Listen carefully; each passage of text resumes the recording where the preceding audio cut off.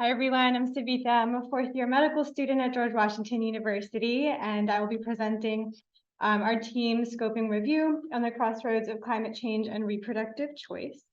This is our team. They had asked for one student. We had 7 medical students, and our senior author, Dr. Ali Melnick, who's hopefully joining virtually. And we are from all over the US. Unfortunately, no one international, but we'll work on that. And just a disclosure was that I was on the planning committee for this conference. So this is our outline. Let's get into it. So the American College of Obstetricians and Gynecologists does recognize climate change as a threat to both reproductive and sexual health. So kind of having that frame our conversation here. There are some systematic reviews and meta-analyses on the impacts of climate change on pregnancy outcomes, specifically preterm birth, low birth weight, stillbirth. And so we wanted to shift this conversation more to family planning, reproductive choice, since it seems to be less studied. We also know that there are increasing family planning barriers, not just in our country, but across the world, especially in disaster settings, both political, natural, sometimes both. And lastly, there was some conflicting data on reproductive decision-making, specifically whether people are deciding to or not to have children in the era of climate change. So that led to 2 research questions. The first being, how has anthropogenic or human-induced climate change influenced access to comprehensive reproductive health care in the last 15 years? And how has it affected decision-making about having children in the same time period? Our search strategy included using the databases PubMed, Scopus, and Cochrane. I'll go into the search terms in the next slide. We didn't establish any geographic boundaries because we wanted to get a global picture of both of these research questions. We did specify the human species, and I'll tell you why in a second. And then we did focus on great literature and Google Scholar specifically. For our environmental search terms, very similar to others we've seen today. And then for the reproductive ones, any variation of reproduction, contraception, et cetera. And we wanted to make sure to include abortion care in there as well. We did specify for population human studies, there are actually a surprising amount of studies on plant and animal reproduction in the era of climate change, which still ended up in our initial search results, which you'll see in our diagram. But then we also wanted to include peer-reviewed quantitative studies, qualitative mixed methods, as well as commentary on this issue to get expert opinion. And then we did exclude for the outcomes pregnancy complications because we wanted to specify our search here. Time period was 2008 to the present day, and we only focused on English studies. So as you can see, we had quite a few articles, 18,000 plus. A lot of them were filtered out thanks to our hefty team because they were relating to plants and animals, even when we specified that in our search. So after duplicates removed, title abstract screening, full text review, 48 articles, much more manageable, and let's get into that. So for our data extraction, the main types of articles we found were review articles, commentary, and just going highest to lowest, qualitative studies that were original research, cross-sectional studies, and then 2 mixed methods. Top journal publications, meaning that there were at least 2 to 3 in each of these journals listed here. Top environmental exposures were hurricanes, earthquakes, and I know that there has been a lot of conversation about whether to or to not include earthquakes. We did, just because of the disruptions to reproductive health care that resulted because of that natural disaster, drought and flooding. And then the highest publishing countries were the US, surprise, surprise, the UK, Australia, and then countries in sub-Saharan Africa. So getting into the themes, the first theme that we kind of picked out of our data were the rates of contraceptive use, unwanted pregnancies following natural disasters. The second theme was determinants of reproductive intention. Third one is actually how COVID-19 has stimulated a lot of disruptions to reproductive health care that climate change is also doing in a lot of scenarios. And lastly, how family planning acts as both adaptation and mitigation strategies, one being more controversial than the other, and we will get into that. Starting with the first theme, rates of unintended pregnancy in the US in 2019 were just under 50%, In Iran, 27%, and in Haiti, I believe that was in 2013, was 61%. Contraceptive access after Hurricane Ike in 2008. Family planning clinics were open. Black women and hurricane evacuees reported the greater difficulty of accessing birth control. And then they also, across all races, had lack of access to birth control and higher rates of unprotected sex, which you can imagine might lead to unintended pregnancies. For abortion access after Hurricane Harvey, there was a bill that reduced medication abortion access by 70%. And even after this bill, there were some remaining clinics, but after the hurricane hit, all of them were closed. And lastly, under the category of sexual violence, 53% rise in domestic and sexual violence against women was observed during Hurricane Katrina and its aftermath. And this is a very common theme, not just in our country, but in natural disasters, political conflict, all types of disasters across the world. Theme number 2, determinants of reproductive intention.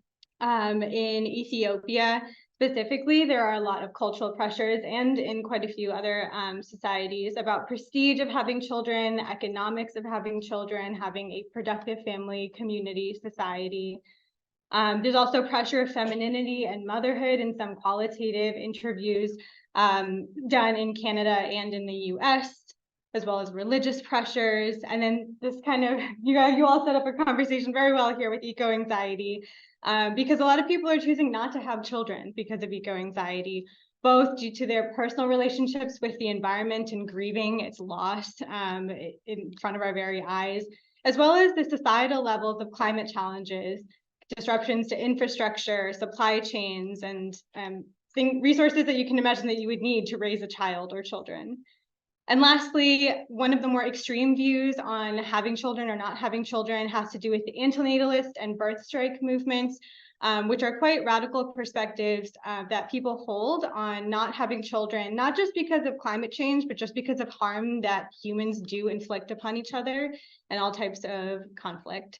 And then there's the pronatalist movement, which is the exact opposite of what I just said.